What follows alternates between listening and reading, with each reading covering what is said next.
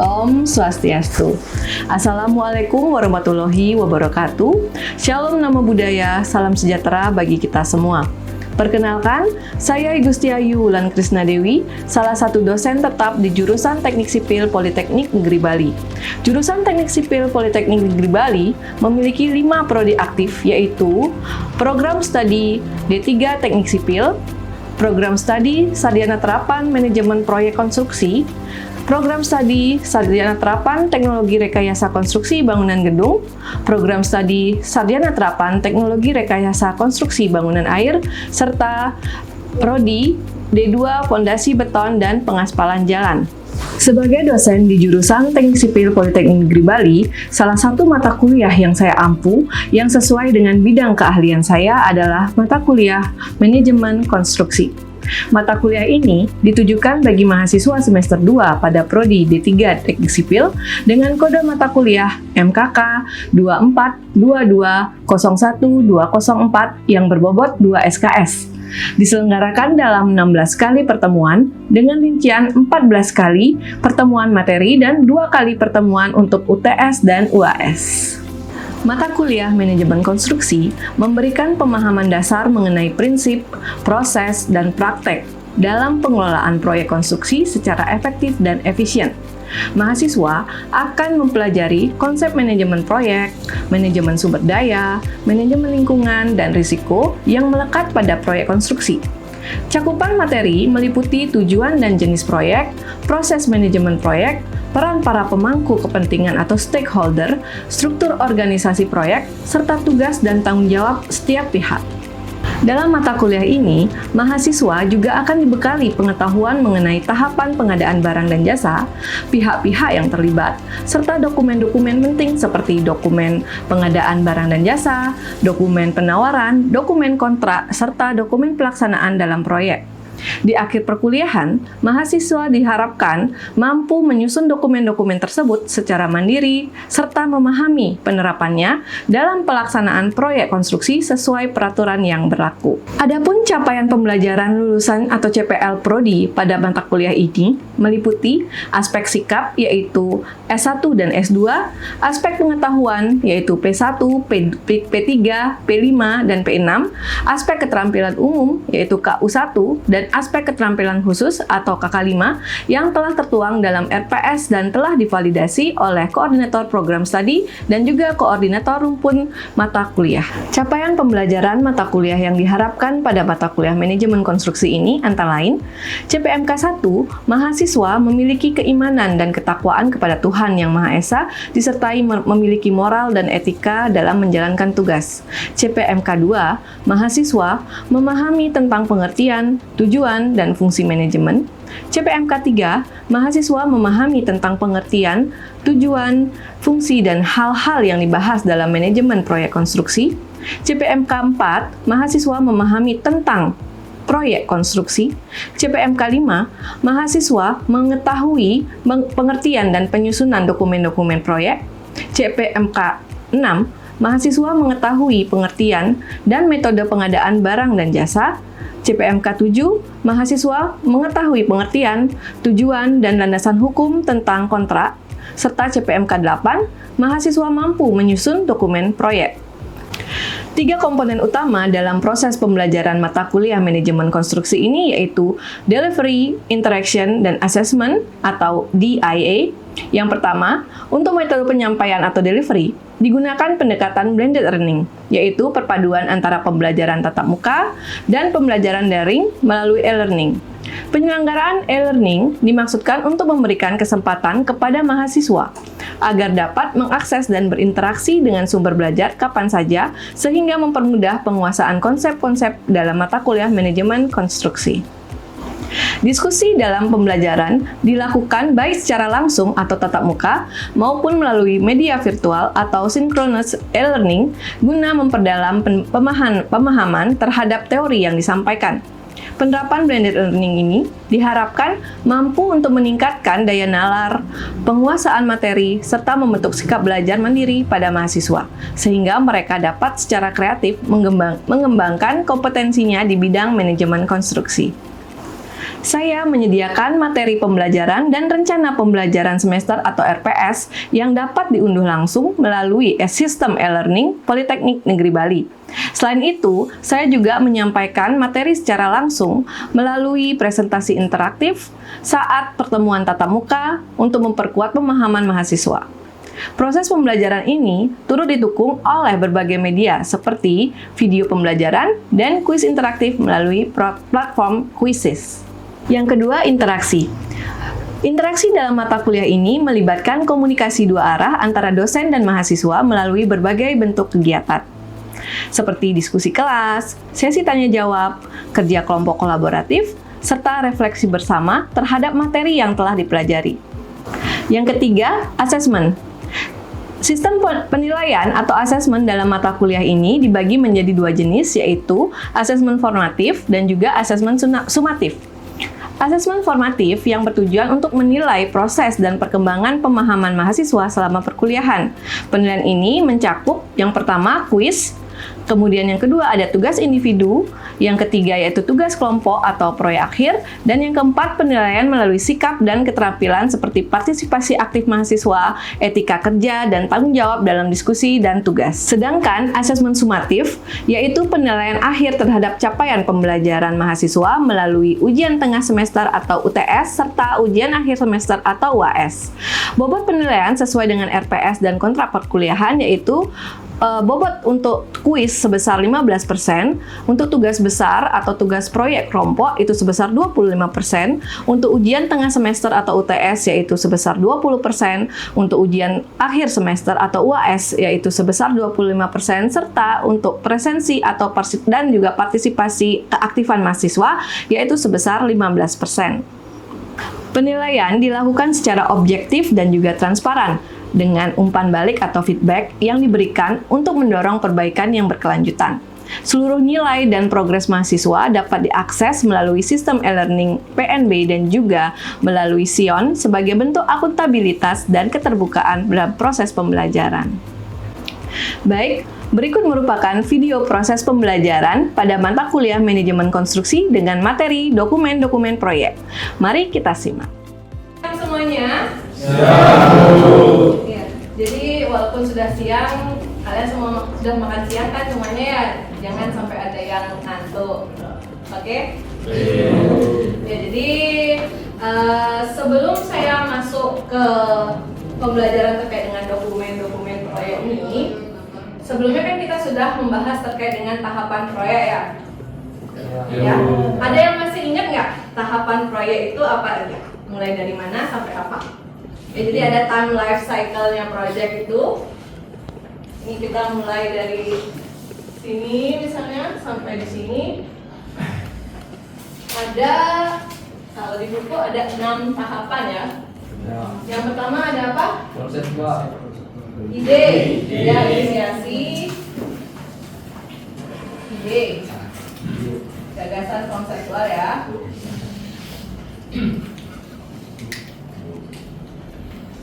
Kemudian setelah ide ada studi kelayakan.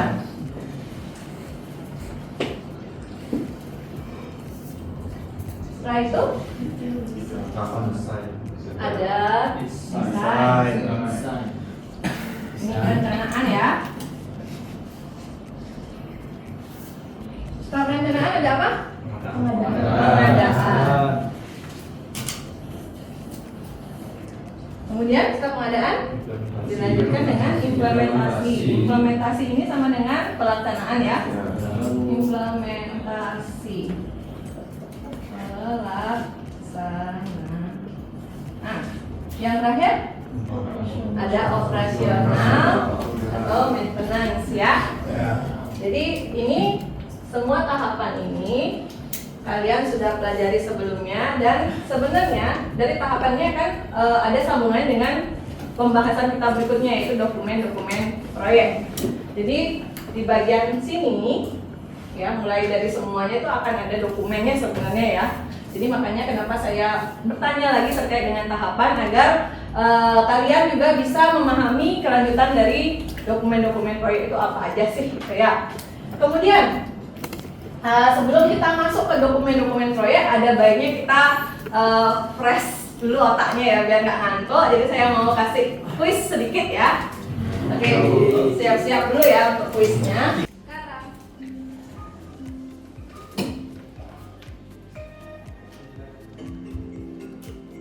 Pertama ada Deva. Mana Deva? Yang kemarin juga Deva ya, dapat ya? 25 lagi. 5 lagi. Kemudian yang kedua ada Fauzan, kemudian ada Rai.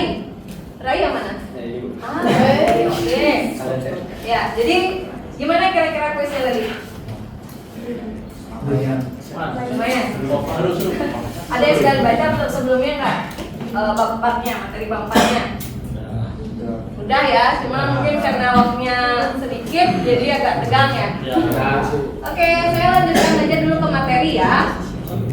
Jadi ini terima kasih karena kalian sudah mau mengikuti kuisnya dengan baik dan hasilnya juga cukup memuaskan. Ya. Oke, saya lanjutkan tadi kenapa saya tanya pengadaan. Maaf, saya tanya tentang tahapan. Karena kita akan membahas terkait dengan dokumen-dokumen proyek di mana dokumen-dokumen proyek ini ada yang mulai dari dokumen pengadaan, ya, kemudian ada dokumen penawaran, kemudian ada dokumen kontrak, dan juga ada dokumen pelaksanaan proyek. Nah, kenapa saya tanya tadi di sini?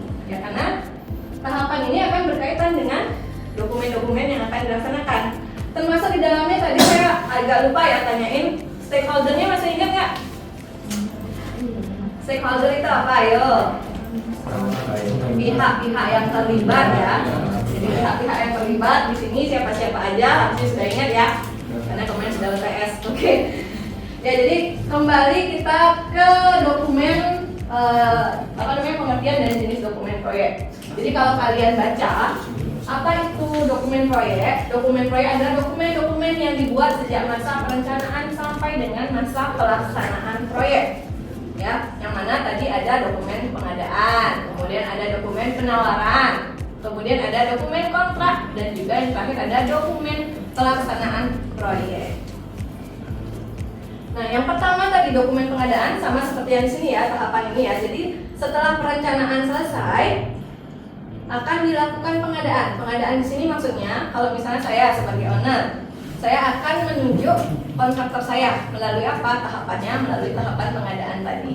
Nah, jadi di sini bisa dibaca dokumen pengadaan atau tender itu adalah dokumen yang berisi tentang gambar serta petunjuk teknis dan administrasi yang dipakai dalam proses pengadaan barang dan jasa yang mengatur prosedur dan ketentuan yang berlaku untuk pelaksanaan proyek.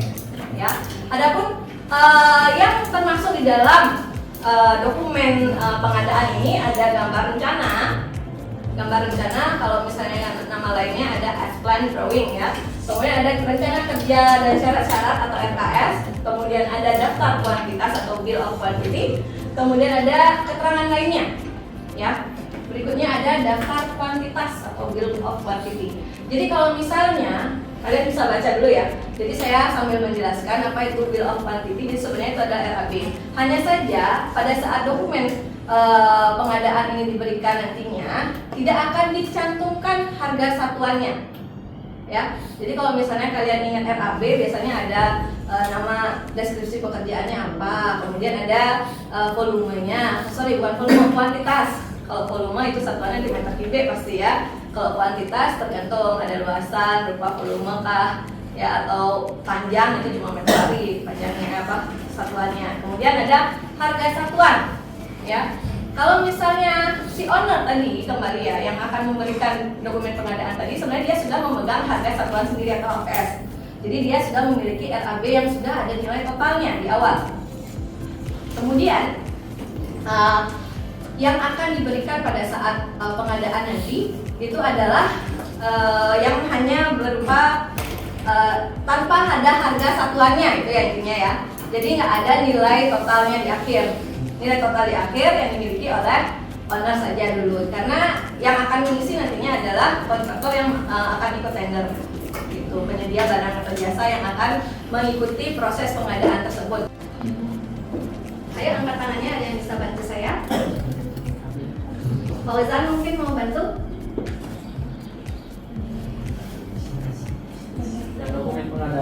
panitia ada apa aja?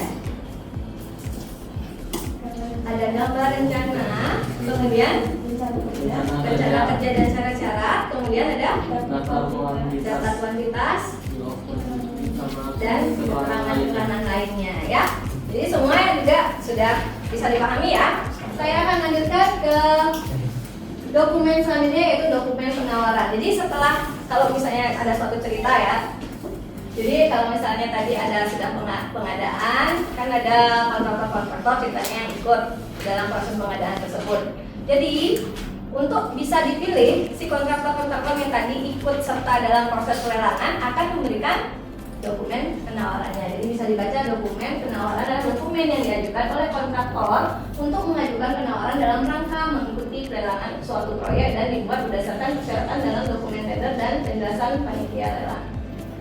Jadi isi dokumen penawaran, ada surat penawaran dengan perusahaan. Jadi tentunya kontraktor yang tadi sudah ikut serta dalam proses pengadaan akan mengajukan surat penawaran yang legal, sudah terisi dengan materai ya, dan ditandatangani oleh pimpinan perusahaannya. Kemudian ada jaminan penawaran. Jaminan penawaran ini nilainya adalah sekitar 1-3% dari nilai penawaran. Kemudian ada RAB penawaran yang dilengkapi daftar analisa harga satuan beserta daftar harga satuan bahan, upah, dan alat. Yang kontra adalah surat perjanjian antara pemberi tugas dengan penerima tugas dan mempunyai kekuatan hukum yang mengikat antara pemberi tugas dan penerima tugas. Ya, jadi kontra ini akan mengikat antara kedua belah pihak, antara baik itu pemiliknya nanti, ya pihak pertama biasanya yang mengadakan barang dan jasa, kemudian pihak kedua biasanya penyedia barang dan jasanya. Jadi ada antara owner dan juga antara kontraktor. Misalnya kalau di swasta gitu ya, si ownernya siapa. Di sini surat perjanjian pemborongan itu isinya dari yang bertanda tangan di bawah ini siapa, dengan selanjutnya disebut dengan pihak pertama. Kemudian ada direktur PTA, selanjutnya disebut sebagai pihak selanjutnya disebut sebagai pihak kedua. Bersama-sama akan melaksanakan kontrak kerja pembangunan rumah tinggal yang dimiliki oleh pihak pertama. Misalnya seperti itu yang ada di surat perjanjian pemborongan atau kontrak yang di halaman depannya nanti ya, ada ditandatangani oleh kedua belah pihak. Kemudian di dalam dokumen kontrak itu juga ada rencana kerja dan syarat-syarat yang sebelumnya sudah diberikan pada saat pengadaan. Jadi pada saat pengadaan, di penawaran dilampirkan juga, dan juga di kontrak yang memang sudah hasil dari negosiasi dan semuanya sudah clear akan dimasukkan juga dalam kontrak. Dan juga tentunya rencana anggaran biaya fix terakhir yang sudah hasil dari negosiasi terakhir, ya itu akan dimasukkan dalam dokumen kontrak. Kemudian ada gambar-gambar rencana, kemudian berita acara penjelasan pekerjaan unleasing, yang mana berita penjelasan pekerjaan unleasing ini ya tadi ya, kalau misalnya ada sesuatu yang dianggap tidak pas, itu akan dibahas di unleasing tadi, dan akan dibuatkan berita acara apa-apa saja yang tadinya akan diganti. Misalnya kayak di awal misalnya gambar rencananya tidak ada gazebo, tapi di BOQ-nya tidak dilampirkan adanya gazebo, misalnya seperti itu. Jadi akan di-clearkan pada saat unleasing apakah memang tidak dibangun gazebo tersebut atau bagaimana, kan seperti itu. Misalnya dibangun ternyata akan ditambah di sini berita acaranya, oh gazebonya tetap ada, akan dibuat di penawaran yang nanti volume dari gazebo tersebut. Ya, kami semuanya bisa. Oke. Kemudian selanjutnya ada yang tadi di dalam ininya ada RAB ya. RAB berarti RAB yang sudah ada pembiayaan totalnya. Jadi mulai dari deskripsi pekerjaan dari A sampai Z, volumenya, kuantitasnya berapa, kemudian harga satuannya berapa, sampai total harga di akhirnya berapa ya, itu sudah tercantum di dalam RAB. Ya, termasuk nanti RAB yang misalnya tadi pada saat unleasing yang BOQ yang sebelumnya tanpa ada gazebo, sekarang udah ada, akan dimasukkan ke RAB tambahannya. Dengan catatan ada berita acara unleasing yang sebelumnya menyatakan bahwa memang diperhitungkan gazebo tersebut. Ya. Selanjutnya ya ada berita acara penjelasan pekerjaan, berita acara, klasifikasi, dan negosiasi. Semuanya dicantumkan di dalam dokumen kontrak agar bisa mengikat, ya, mengikat kedua belah pihak antara pihak pertama dengan pihak kedua secara hukum. Jadi nggak ada yang lepas dari tanggung jawab. Jadi di dalamnya kontrak tadi ya, saya lupa ya, yang pasti ada hak dan kewajiban masing-masing pihak. Ya, kalau hak yang pihak pertama apa? Dia harusnya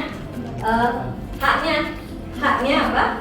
Mendapatkan bangunan rumah tinggal yang tadi saya bilang misalnya, ya. Kemudian kewajibannya pihak pertama membayar, dan sebaliknya ya, pihak kedua berkewajiban menyelesaikan pembangunan yang dimiliki oleh pihak pertama dan berhak untuk mendapatkan pembayaran. Sampai di sini yang bertanyakan? Sudah dipahami ya? Oke, selanjutnya saya lanjutkan ke dokumen pelaksanaan proyek. Jadi setelah tadi sudah dibuatin kontrak, ini sekarang Aisyah sebagai kontraktor dia akan membuat ini dokumen pelaksanaan. Dokumen pelaksanaan bisa dibaca ya. Dokumen pelaksanaan proyek adalah dokumen kontrak serta semua laporan dan berita acara yang dihasilkan selama pelaksanaan proyek hingga penyerahan proyek. Ya, apa saja sih isinya? Itu ada dokumen kontrak, kemudian ada adendum atau CCO, kemudian ada time schedule beserta realisasinya, ya. Jadi kalau time schedule ada perencanaan dulu yang di awal yang dirampingkan nanti di dokumen kontrak, tapi pada pelaksanaan akan ada realisasi, ya. Kemudian ada as-built drawing. Sebelum saya masuk ke selanjutnya, as-built drawing itu apa sih? Gambar kerja? Tangannya? Lewat, mau bantu jawab? Kayaknya gambaran selesai langsung kerjaan. Iya, kalau misalnya yang sudah dibuat oleh kontraktor, jadi kalau gambar kerja tadi shop drawing ya, shop drawing itu yang dijadikan si kontraktor buat dulu berdasarkan rencana yang di awal. Kemudian kalau misalnya sudah jadi di gambar kerja misalnya pintu ini lebarnya 2 meter, ya, misalnya lebarnya 2 meter, itu gambar kerjanya. Tapi kenyataannya setelah dilaksanakan di lapangan ternyata cuma 1,95 misalnya, itu kan beda ya? Itu akan menjadi as-built drawingnya. Realisasi yang ada di lapangan itulah namanya as-built drawing, ya.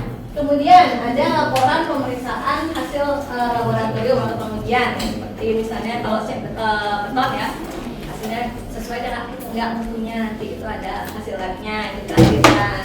Kemudian ada kumpulan laporan harian, mingguan, bulanan, ya, itu harus dilampirkan di dokumen pelaksanaan proyek, karena ini penting untuk dimiliki oleh kontraktor, ya, saat pengajuan termin nanti berdasarkan progres kan biasanya, ya. Tapi itu tergantung dengan sistem pembayaran yang ada di kontrak di awal.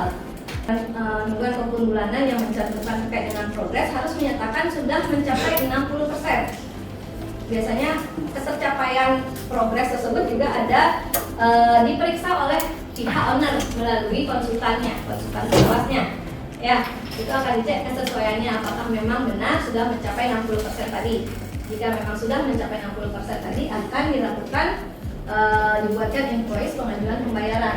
Jadi kalau memang sudah ada pembayaran, akan dibuatkan kwitansi, ya, berita acara pembayarannya ini.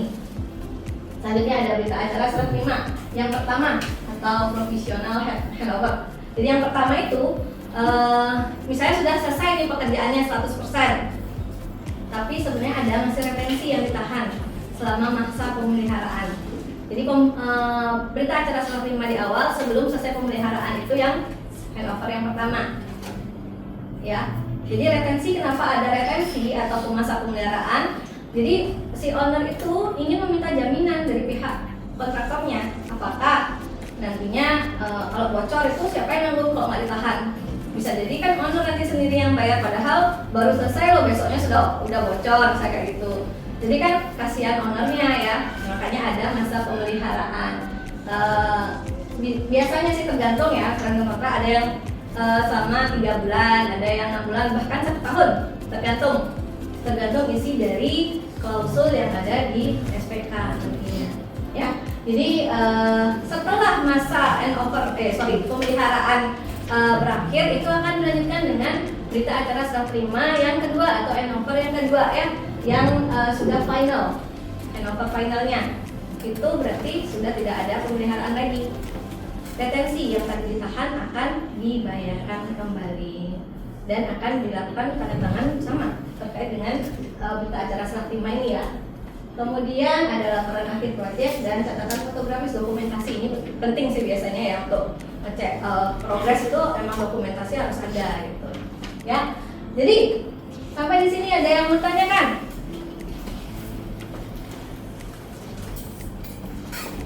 Ada yang mau tanya?